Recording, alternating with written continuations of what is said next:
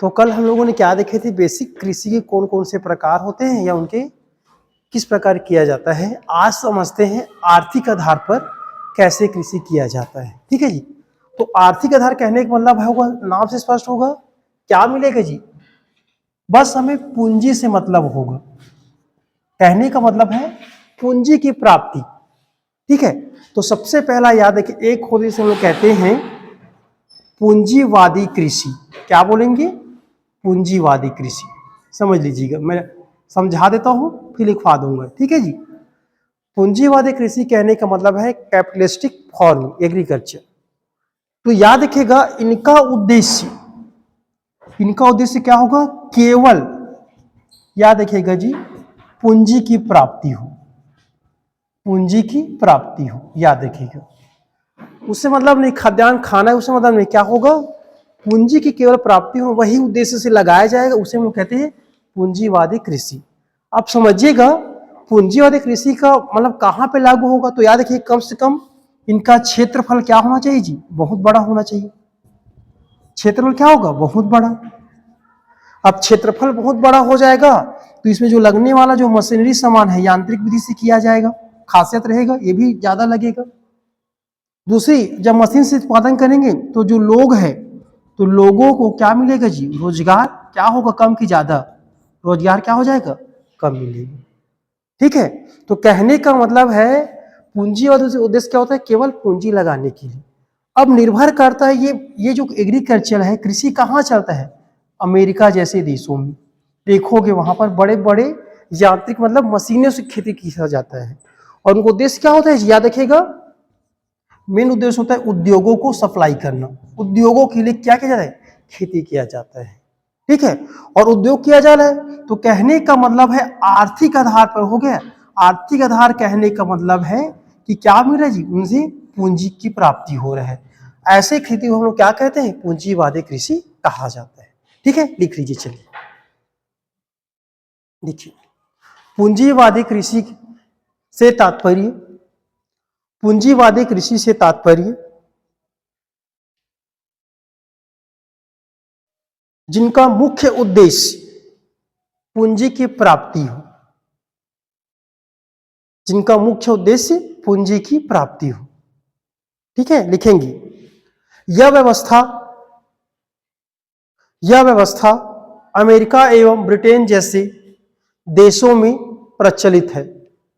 यह व्यवस्था अमेरिका एवं ब्रिटेन जैसे देशों में प्रचलित है। ठीक है। पूंजीवादी कृषि की विशेषता है कि पूंजीवादी कृषि की विशेषता है कि अधिक क्षेत्रफल,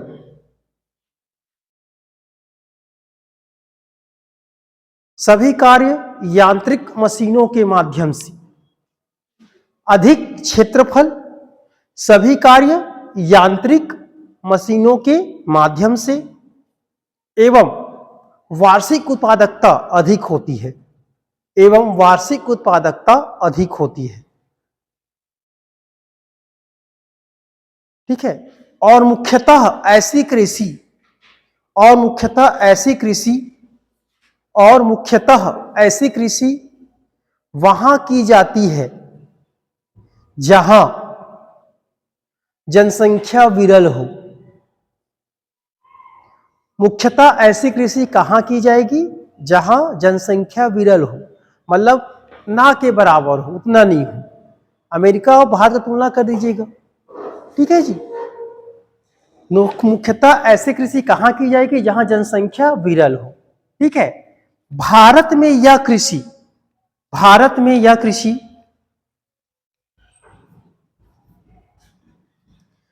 चाय, रबर, कॉफी, भारत में यह कृषि चाय, रबर, कॉफी के लिए किया जाता है। ठीक है जी। तो याद रखिएगा ऐसी फसलें जिनसे पूंजी की प्राप्ति हो। ठीक है जी। तो भारत में बेसिक देखा जाए क्या करते हैं हम लोग, चाय लेते हैं या कॉफी करेंगे। ठीक है जी। या दूसरा कोर्स हो सकता है आपके पास जो होता है नारियल का भी किया जा सकता है, याद रखिएगा। ठीक है, और रबड़ होता है हमारा, जिनका मुख्य उद्देश्य क्या होता है, पूंजीवादी कृषि के लिए, मतलब उनसे क्या हो, केवल पैसे की प्राप्ति होना चाहिए। ठीक है, मतलब इस कृषि में उपभोग नहीं किया जाता है, बेचा जाता है, याद रखिएगा। दूसरा आइएगा, ठीक है जी, दूसरा प्रकार को हम लोग कहते हैं, जिसे कहते हैं हम लोग राजकीय खेती। इसको समझाता हूं, राजकीय खेती, गवर्नमेंट एग्रीकल्चर। ठीक है जी, समझिएगा, राजकीय खेती या कृषि, तो समझिएगा। अगर राजकीय खेती की अगर बात कर रहा है तो भूमि का स्वामित्व, भूमि का स्वामित्व किसके पास होगा जी, याद रखिएगा, सरकार के पास। समझ आएगा, भूमि का स्वामित्व किसके पास होगा, सरकार के पास, और सरकार ही क्या करेगी, इसका प्रबंधन। सरकार से क्या करेंगे, प्रबंधन करेंगे, मतलब सरकारी कर्मचारी के द्वारा, सरकारी कर्मचारी क्या करेंगे, इसका मैनेजमेंट करेंगे। अब किस पर्पज से किया जाएगा, तो देखोगे यहां पर हमारा अनुसंधान करने के लिए, बेसिक अनुसंधान करने के लिए हो जाएगा। ठीक है, या बीजों में सुधार करने के लिए। ठीक है, बीजों में सुधार होगा तभी तो हम लोगों को बीज मिलता है। जैसे क्या देखिएगा, अभी हमें क्या मिलता है जी, बीज मिलता है जिसमें रहता है, गारंटी देते हैं भैया खेती कीजिए, और मतलब उसमें गारंटी रहता है कि इसमें आपको फसल निकलेगी ही। ठीक है, तो ऐसे चीजों का इस्तेमाल किया जाता है, उसे हम लोग क्या कहते हैं, राजकीय खेती। आप रायपुर रोड में जाओगे तो वहां पर आपको मिल जाता है, वो क्या है, पूरा गवर्नमेंट लिए है, वहां पर अनुसंधान चलिए 12 महीना कि कौन सा फसल है जो बीमारी से कम लड़े, मतलब बीमारी ज्यादा सह सके, सूखा सह सके, तो उन सब का अनुसंधान किया जाता है। किसमें किया जाता है, उसे राजकीय खेती कहा जाता है। याद उनका पर्पज क्या हो जाएगा जी, अनुसंधान के लिए होता है, हमेशा याद रखिएगा। यह बीज उत्पादकता बढ़ाने के लिए होता है, मतलब जितने प्रकार के जो सुधारात्मक गतिविधि होगा वो कहाँ होगा, राजकीय खेती में। इसका उपभोगवादी नहीं होता, याद रखिएगा। सीधे लिखे चलिए, लिखेंगे राजकीय खेती, राजकीय खेती किए जाने वाले फॉर्म में, राजकीय खेती किए जाने वाले फॉर्म में सरकार की संपत्ति होती है। राजकीय खेती किए जाने वाले फॉर्म में सरकार की संपत्ति होती है, तथा भूमि का प्रबंधन, तथा भूमि का प्रबंधन सरकार के कर्मचारी के माध्यम से किया जाता है, तथा भूमि का प्रबंधन सरकार के कर्मचारी के माध्यम से किया जाता है। इस प्रकार के फॉर्म में अनुसंधान, इस प्रकार के फॉर्म में अनुसंधान उत्पादन बढ़ाने वाले बीजों की खोज, उत्पादन बढ़ाने वाले बीजों की खोज एवं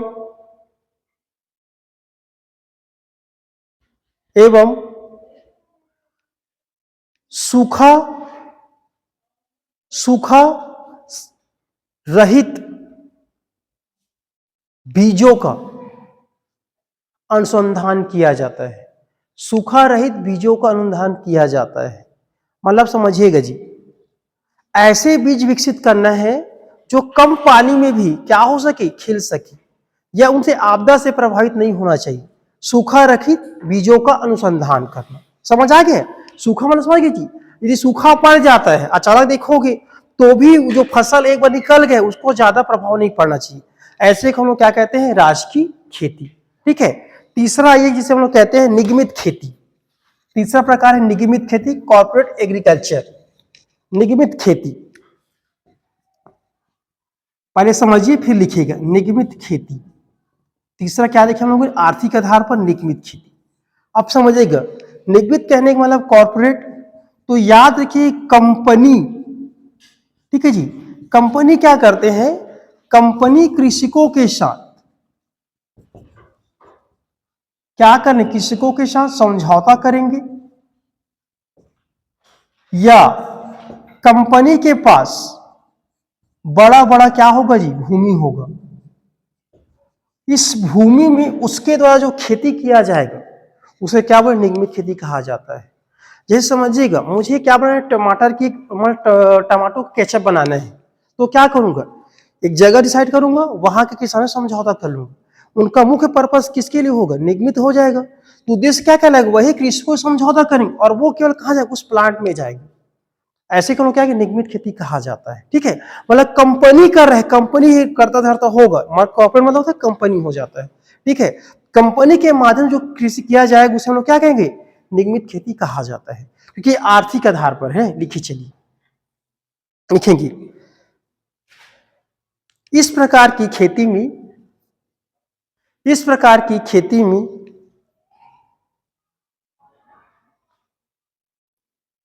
कंपनी किसानों के साथ समझौता करके, इस प्रकार की खेती में कंपनी किसानों के साथ समझौता करके या कंपनी के पास स्वयं की बड़ी बड़ी भूमि होती है, कंपनी के पास स्वयं की बड़ी बड़ी भूमि होती है, जिनका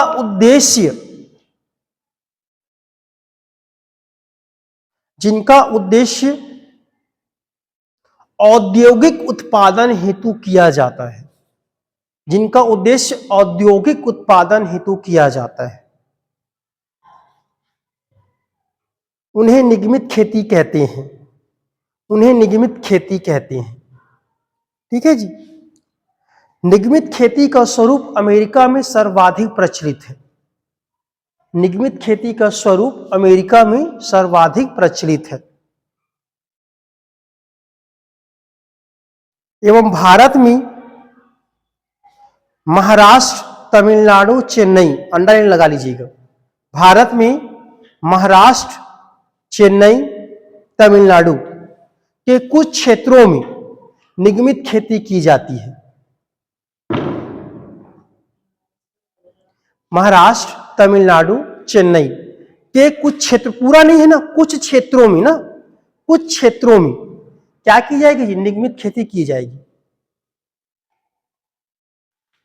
जैसे एक याद रखिएगा, हमारे पास एक दंतेवाड़ा, बस्तर संभाग में जाओगे, एक राजा राम का किसान है, फेमस किसान है ना, याद है कि छत्तीसगढ़ का है, जिसे कृषि अवार्ड दिया गया है। उनके पास हजारों एकड़ जमीन है। ठीक है, हालांकि वो क्या करता है, वो अपने लिए खोज कर, अगर मान लीजिए उससे अनुसंधान, उनसे टाई अप करे कंपनी, तो क्या करेगा, केवल जितना उत्पादन करे किसको भेजेगा, वो कंपनी को भेजेगा। तो उनके द्वारा जो किया जाना खेती को क्या बोलेंगे, निगमित खेती, जो कल कंपनी को होगा।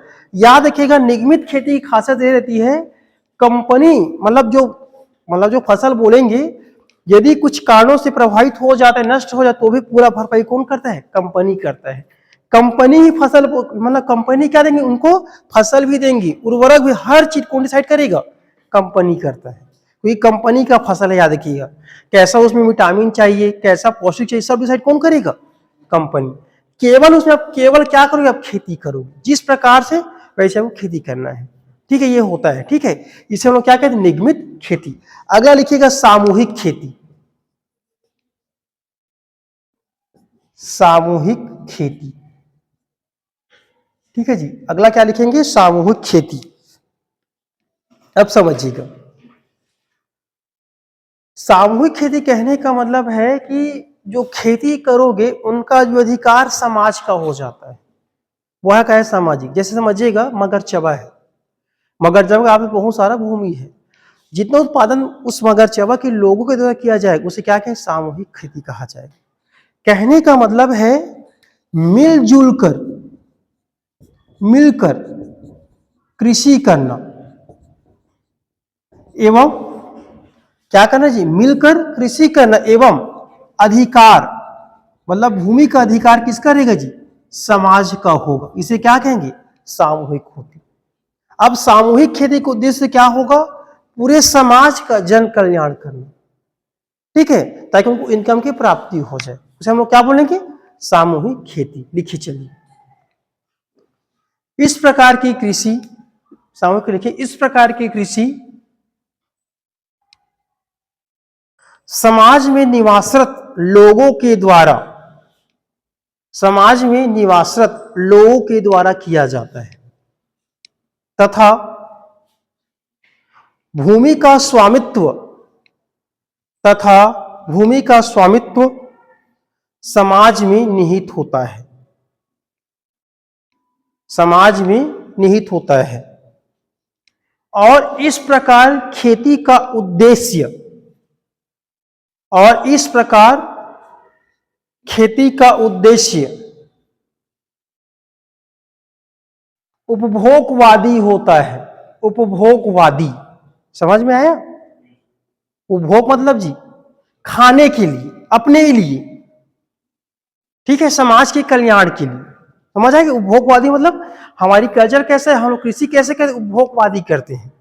हम लोग अपने लिए उगाते हैं, याद देखिए, जब बच जाता है उसको हम लोग बेचते हैं, ठीक है। तो इसमें कैसा होता है, इसका जो नेचर क्या होगा जी, उपभोगवादी। देखिए एक चीज बताना चाह रहा हूं, सभी जो हम आर्थिक आधार पर पढ़ेंगे, सभी का उद्देश्य तो उपभोगवादी ही रहेगा। क्योंकि देखिए राजकीय खेती हम लोग उपभोग तो नहीं कर रहे हैं, लेकिन इनका पर्पस है जो बीज का अनुसंधान किया जा रहा है, उसका क्या, उसको उपभोगवादी किया जा रहा है ना, याद रखिएगा। इसका आर्थिक आधार पर ही मेन उद्देश्य क्या होगा, उपभोगवादी ही होगा, याद रखिएगा। और दूसरा क्या हो जाएगा, पैसे प्राप्त करने की। तो जिसमें से हम सामूहिक खेती में क्या देखे हैं, इसका नेचर पूर्णतः कैसा है, उपभोगवादी होगा। और दूसरा क्या हो जाएगा, अब बच जाएगा, उसको क्या करेंगे, खाद्यान्न को बेचेंगे, बेच कर हम लोग क्या करेंगे, अपना आर्थिक आधार सुधारने का प्रयास किया, इसे कहते हैं सामूहिक खेती। पांचवा लिखिएगा, पांचवा प्रकार को हम लोग कहते हैं सहकारी खेती। सहकारी खेती लिखिएगा, सहकारी खेती। देखिए अब हमेशा याद रखिएगा, सहकारी खेती आ जाता है वहां पर संगठन काम करता है, ठीक है। तो संगठन कई प्रकार का बन सकता है, निजी का हो सकता है या सरकारी का, ठीक है जी। दोनों मिलकर क्या करते हैं, एक संगठन बनाते हैं। जैसे सरकार बोलेगे भैया हम आपको जमीन देते हैं, ठीक है। निजी जो प्राइवेट कंपनी बोलेगा हम इसमें पैसा लगाते हैं, ठीक है। और किसान क्या करेगा जी, किसान क्या करेगा, कृषि। तो इस प्रकार जो किया जाने वाला खेती है, क्या कहलाएगा, सहकारी खेती। समझ आएगा? या ऐसा कर लीजिए, और दूसरा प्रकार, जैसे कि निजी कंपनी क्या करा रही, निजी कंपनी जमीन उपलब्ध करा रही है, ठीक है। कोई तीसरा व्यक्ति इसमें क्या लगा रहा है, पैसा लगा रहा है, और किसान इसमें क्या है, खेती करेंगे, तो भी क्या कहलाएगा, सहकारी खेती। तो मतलब एक संगठन के रूप में कार्य करना, ठीक, उसे हम लोग क्या कहते हैं, सहकारी खेती कहा जाता है बेसिक। और सहकारी खेती यदि जिसमें भूमि का अधिकतम उपयोग किया जाए, उसे हम लोग क्या कहेंगे जी, याद रखिएगा, सहकारी खेती कहा जाता है। तो सहकारी खेती में एक्चुअल मीनिंग होता है निजी प्लस सरकार की संपत्ति, हमेशा माना जाता है। जैसे आप सहकारी बैंक सुने होंगे आप, सहकारी बैंक क्या होता है, सरकार कुछ नियंत्रण रहता है, बाकी निजी व्यक्ति लोग ही क्या मैनेजमेंट करते हैं। सेम यहाँ पे होता है। तो भूमि सरकार की है, अब वो जितना भी भूमि दे सरकार ही की है, तो क्या किए हैं, एक कंपनी को दे दिया है या लोगों को एक समूह बना दिया है, उनको दे दिया है, आप खेती कीजिएगा, वो मैनेजमेंट कर रहा है। ऐसे को हम लोग क्या कहते हैं, सहकारी खेती कहा जाता है। लिखिए चलिए, सहकारी खेती से तात्पर्य संगठन से है, सहकारी खेती से तात्पर्य संगठन से है जिनमें, सहकारी खेती से तात्पर्य संगठन से है जिनमें किसान परस्पर लाभ के उद्देश्य से, जिनमें किसान परस्पर लाभ के उद्देश्य से स्वेच्छापूर्वक अपनी भूमि, श्रम, पूंजी, स्वेच्छापूर्वक अपनी भूमि, पूंजी, श्रम, स्वेच्छापूर्वक अपनी भूमि, पूंजी, श्रम को एकत्र करके सामूहिक रूप से खेती करते हैं, ठीक है। अगला लिखिएगा, सामूहिक खेती, सॉरी, सरकारी खेती, सहकारी खेती सरकार प्लस निजी व्यक्ति से, सरकार प्लस निजी व्यक्ति से, या किसानों का समूह मिलकर, या किसानों का समूह मिलकर सहकारी खेती करते हैं।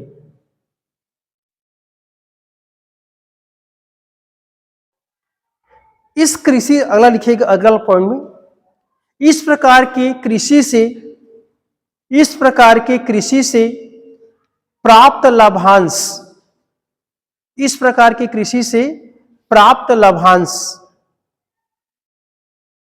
स्वामित्व के अनुपात में, इस प्रकार के कृषि से प्राप्त लाभांश, जो लाभ प्राप्त हुआ है, लाभांश, इस प्रकार के कृषि से प्राप्त लाभांश, ठीक है, इस प्रकार की कृषि से प्राप्त लाभांश को स्वामित्व के अनुपात में, स्वामित्व के अनुपात में, स्वामित्व के अनुपात में हिस्सेदारी के रूप में प्राप्त होता है। ठीक है जी, समझ आ गया? अब समझिएगा, जैसे इसका एग्जांपल आपको मैं समझा रहा हूं। मान लिया जाए ये हमारा एक कृषि था, जो कैसा कृषि जी, सहकारी। अभी सहकारी कृषि 5 लोग हैं, पांचों का अलग अलग अनुपात है, जैसे किसी का 10% है, किसी का 20% है, किसी का 30%, किसी का 40% और किसी का 50%। सब ने खेती किया और कुल मिला के 1000 रुपया क्या प्रॉफिट हुआ। तो यदि 10 व्यक्ति को मिलेगा, इसका कितना मिलेगा जी, 1000 का 10% मिलेगा। बी वाले को 1000 का 20% मिलेगा, 200 रुपये मिल जाएगा। ऐसे ही करते करते सब एक हिस्सेदारी मिलना प्रारंभ हो जाता है, क्योंकि सामूहिक खेती है। जितना लगा उतने अनुपात में क्या करते, जो लाभांश का बंटवारा किया जाता है। क्योंकि कैसा है, हमारा सहकारी कृषि है। उद्देश्य क्या है जी, आर्थिक है। आर्थिक कहने का मतलब कहीं ना कहीं हम लोग क्या कर रहे हैं, धन से, तो धन का क्या करेंगे, आपस में बंटवारा करेंगे। तो बंटवारा कैसे होगा, अनुपात के हिसाब से। अनुपात कैसे होगा जी, जिसका जितना हिस्सेदारी होगा। ये जो 5 प्रकार था, ये आर्थिक आधार पर। अब लिखिए अगला प्रकार, लिखिएगा जल प्राप्ति के आधार पर। अगला टॉपिक डालिएगा जल प्राप्ति के आधार पर। अगला क्या है, आर्थिक आधार पर देख लिए, अगला लिखेंगे जल प्राप्ति के आधार पर। कहने का मतलब है जल प्राप्ति के आधार पर, जल प्राप्ति के आधार पर खेती करना। तो याद रखिए, मतलब जल की उपलब्धता है उस हिसाब से हम खेती करते हैं। नाम सुने होंगे, सबसे पहले आता है जिसे हम लोग कहते हैं तर कृषि। तर कृषि, तर कृषि का मतलब है जहां पर पानी बहुत ज्यादा मात्रा में रहता है, या जो तराई प्रदेश में जो कृषि किया जाता है उसे हम लोग क्या तर कृषि कहते हैं, या वेट एग्रीकल्चर के नाम से जाना जाता है। ठीक है जी, समझिएगा। तो समझिएगा, जैसे ये मेरा एक कौन सा होगा, एक मेरा हिस्सा है नदी का, समझिएगा। तो नदी कहने का मतलब है आसपास जो भूमि से संपर्क होगा। ठीक है जी, यहां हमेशा क्या रहेगा, नमी रहेगा। इस नमी को हम लोग क्या कहते हैं, कई जगह तर के नाम से जाना जाता है। ठीक है, देखिएगा। और तर कृषि में याद रखिएगा, इसमें किसी प्रकार की सिंचाई की आवश्यकता ही नहीं है, क्योंकि समुद्र हो गए, नदी हो गया, तालाब, उनके माध्यम से हमेशा क्या रहेगा, ये नमी रहेगी। तो हमेशा क्या रहेगा, नमी। तो नमी के द्वारा क्या कि यहाँ पर कृषि किया जाएगा। दूसरी प्रकार जो तर कृषि किया जाता है, वहां पर कौन सी मिट्टी होती है, हमेशा यहाँ पर काप मिट्टी पाई जाती है। काप मिट्टी, अब मत पूछना काप मिट्टी क्या होता है। ठीक है, काप मिट्टी कहने का मतलब है जो समुद्र मतलब नदी बहा के लाई है, या किनारे जो इकट्ठा हो जाए उसे क्या कहते हैं, काप मिट्टी कहा जाता है। तो याद रखिएगा, जो काप मिट्टी पे जो किया जाता है कृषि, ठीक है, जिनमें बिना सिंचाई की कृषि हो जाए उसे हम लोग क्या कहेंगे, तर कृषि के नाम से जाना जाए। चलिए लिखिए, देखिए लिखेंगे तर कृषि या वेट एग्रीकल्चर। तर कृषि या वेट एग्रीकल्चर, तर कृषि ना याद रखिए, तर कृषि या इसी कहते हैं वेट एग्रीकल्चर। लिखेंगे तर कृषि उन क्षेत्रों में प्रचलित है जहां काप मिट्टी पाई जाती है। तर कृषि उन क्षेत्रों में प्रचलित है जहां काप मिट्टी पाई जाती है, जहां वर्षा की मात्रा 200 सेंटीमीटर वार्षिक अधिक होती है। जहां वर्षा की मात्रा 200 सेंटीमीटर से वार्षिक अधिक होती है। जहां वर्षा की मात्रा 200 सेंटीमीटर वार्षिक अधिक होती है। ठीक है। इस प्रकार की खेती में बिना सिंचाई की खेती की जाती है। इस प्रकार की खेती में बिना सिंचाई की खेती की जाती है। ठीक है। जैसे चावल और जूट। चावल और जूट, समझिएगा जी। अब ये हमारा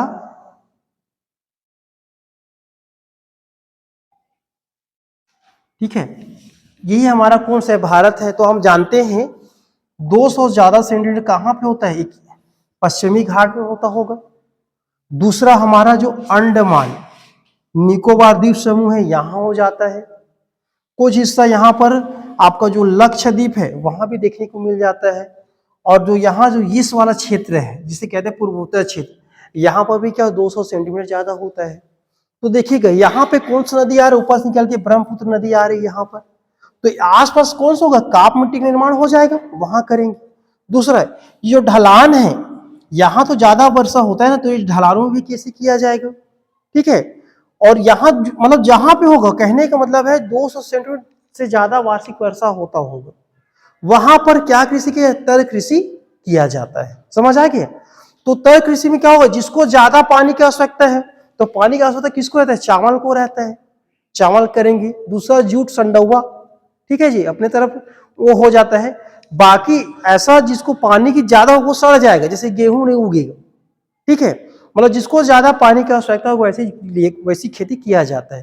ठीक है जी, याद रखिएगा। समझ आएगा इसे हम लोग क्या कहेंगे, तर कृषि। दूसरा लिखिएगा आर्द्र कृषि। आर्द्र कृषि, आर्द्र कृषि।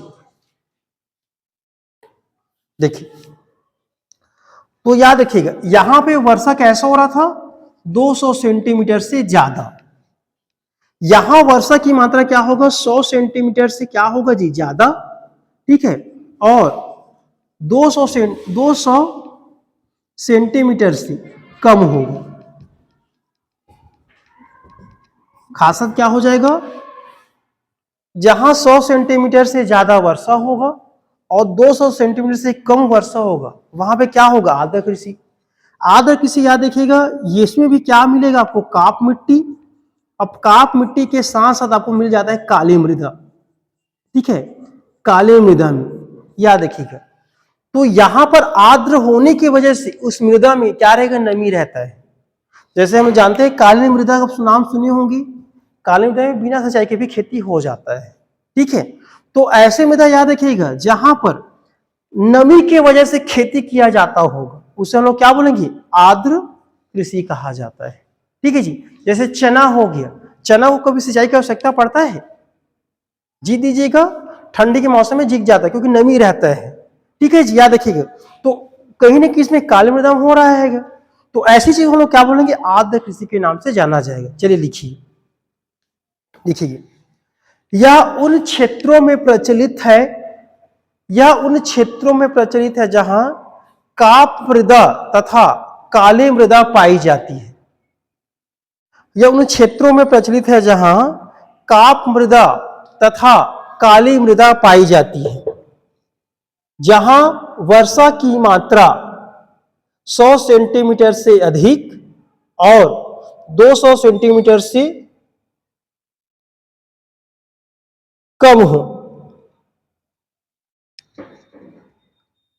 ठीक है जी। तथा इस प्रकार की कृषि में 3 फसल बोई जाती है। इस प्रकार की कृषि में 3 फसल बोई जाती है। तो कौन कौन सा, किसी को आइडिया बताओ। पहला खरीफ, ठीक है, खरीफ हो गया। दूसरा क्या हो जाएगा जी, रबी। ठीक है। और बीच में कौन सा हो जाएगा, तीसरा जायद। ठीक है, तो किस में आता है? आर्द्र कृषि में। समझ आ गई जी। अब छत्तीसगढ़ ले लीजिए तुलना। छत्तीसगढ़ कैसा है? यहां वार्षिक वर्षा कितना होता है, किसी को आइडिया? 122.5 सेंटीमीटर, ये औसत वर्षा है ना यहाँ का। या इसी को हम लोग किससे लिखते थी? 1225 मिलीमीटर, दोनों एक ही चीज है। तो यहां पर हमारे कैसा कृषि चलेगा? आर्द्र कृषि, क्योंकि वर्षा की मात्रा कैसे है? 100 से ज्यादा है और 200 से कम है। ठीक है, तो हमारे यहाँ काली मृदा भी पाया जाता है। तो बेसिक क्या समझ आएगा? तो यहाँ पे क्या करेंगे हम लोग? आर्द्र कृषि करेंगे। समझ आएगा? लिखिए फसल, चावल, बाजरा, मक्का, गेहूं, अरहर, सोयाबीन, मूंगफली।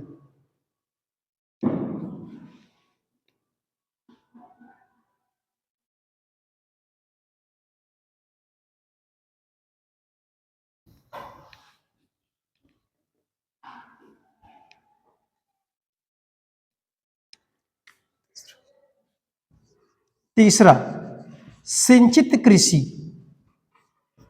सिंचित कृषि, अब समझिएगा जी, इरिगेशन एग्रीकल्चर। तो याद रखिए, सिंचित कृषि कहने का मतलब होगा ऐसे क्षेत्र जहां वर्षा बहुत ही कम होता होगा।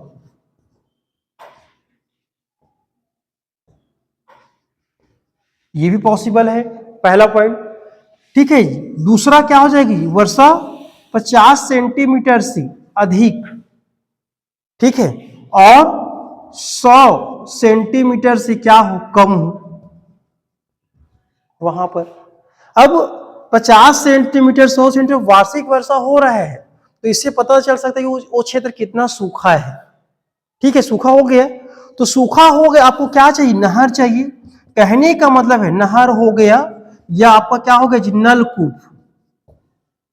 ठीक है, तो इसके माध्यम से हम लोग क्या करेंगे? सिंचाई करेंगे, और सिंचाई करके क्या करेंगे? हमारे फसल का उत्पादन लेंगे।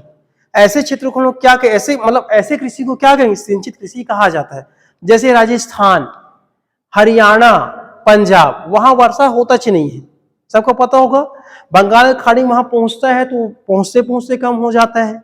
अरब सागर की शाखा से जाता है तो अरावली पर्वत से ऊपर चला जाता है। तो मतलब जो हमारे 3 जगह कौन कौन सी याद रखिएगा? एक है हमारा राजस्थान, दूसरा है हमारा हरियाणा, और तीसरा है हमारा पंजाब, और साथ में हमारा पश्चिमी उत्तर प्रदेश। पश्चिमी उत्तर प्रदेश। यहां पर अगर कृषि करना होगा, याद रखिएगा, तो कैसे कृषि करते हैं? सिंचाई के द्वारा। ठीक है, इसीलिए आप नाम सुने होंगे, इंदिरा नहर चैनल गुजरता है राजस्थान, हरियाणा, पंजाब। ठीक है, सतलज नदी में हरिके बराज में बनाया गया कई सारा बांध है।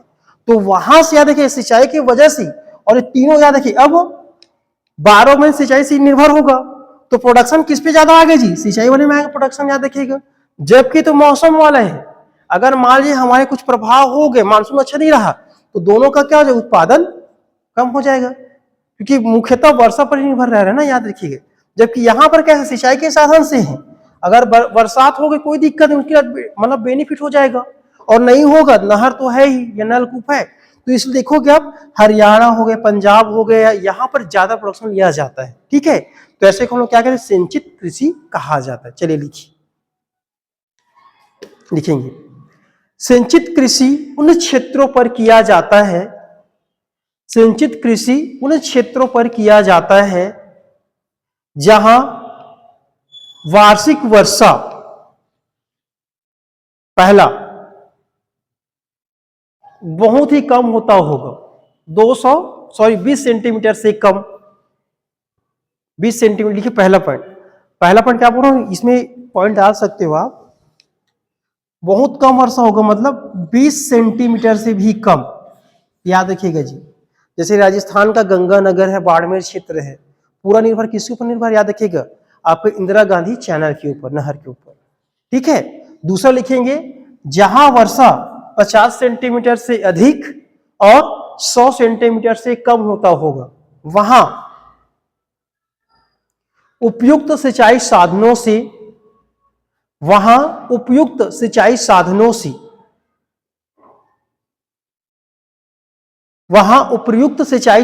से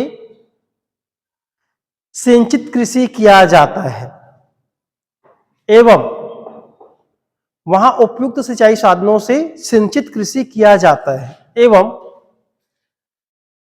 प्रति हेक्टेयर उत्पादन सर्वाधिक होता है। प्रति हेक्टेयर उत्पादन सर्वाधिक होगा। क्यों? क्योंकि हम सिंचित कर रहे हैं, मतलब आवश्यकता अनुसार जल की आपूर्ति उपलब्ध करा रहे हैं, जिनके वजह से उसका उत्पादन बढ़ जाता है। ठीक है जी, ये समझ में आया? तो ये क्या हो गया, इसे कहते हैं जल प्राप्ति के आधार पर 3 प्रकार होगा। पहला क्या पढ़े, तर वाला, मतलब बहुत ही ज्यादा गीला जमीन होगा, वहां भी कर सकते हैं। दूसरा क्या हो जाएगा, नमी वाला, जिसे कहते हैं आर्द्र एग्रीकल्चर। और तीसरा कौन सा हो जाएगा जी, आपका सिंचित इरिगेशन एग्रीकल्चर। ठीक है, याद रखिएगा, ये मुख्यतः प्रकार है, याद रखिएगा। ठीक है, अब समझिएगा, दूसरा हम लोग पढ़ने वाले हैं भूमि की उपलब्धता के आधार पर। भूमि की उपलब्धता के आधार पर, भूमि की उपलब्धता के आधार पर क्या करेंगे, कृषि। ठीक है जी, भूमि की उपलब्धता के आधार पर कृषि। तो याद रखिएगा, पहला आता है जिसे हम लोग कहते हैं गहन कृषि। गहन कृषि, याद रखिएगा, गहन कृषि को कहते हैं इंटेंसिव एग्रीकल्चर। ठीक है जी, चलिए इसको लिखिए, फिर मैं आपको समझाता हूं। लिखो पहले, अच्छा लिखो। इस प्रकार की कृषि में निश्चित समयावधि में फसलों का अधिकाधिक उत्पादन। इस प्रकार की कृषि में निश्चित समयावधि में, इस प्रकार के कृषि में निश्चित समयावधि में फसलों का अधिकाधिक उत्पादन प्राप्त करने के लिए भूमि की प्रत्येक इकाई पर, भूमि की प्रत्येक इकाई पर, भूमि की प्रत्येक इकाई पर अधिक मात्रा में पूंजी एवं श्रम का उपयोग किया जाता है। भूमि की प्रत्येक इकाई पर, भूमि की प्रत्येक इकाई पर अधिक श्रम एवं अधिक पूंजी का उपयोग किया जाता है। जहां जनसंख्या गहन हो, अर्थात जनसंख्या घनत्व अधिक हो, जहां जनसंख्या घनत्व अधिक हो, भूमि की कम उपलब्धता हो वाले क्षेत्रों में रासायनिक उर्वरक, उन्नत बीज, रासायनिक उर्वरक, उन्नत बीज, कीटनाशक दवाइयां, सिंचाई के अधिक, सिंचाई, फिर से रिपीट कर रहा हूं, रासायनिक उर्वरक, उन्नत बीज, कीटनाशक दवाइयां, सिंचाई आदि के अधिक प्रयोग से इस प्रकार की कृषि की जाती है।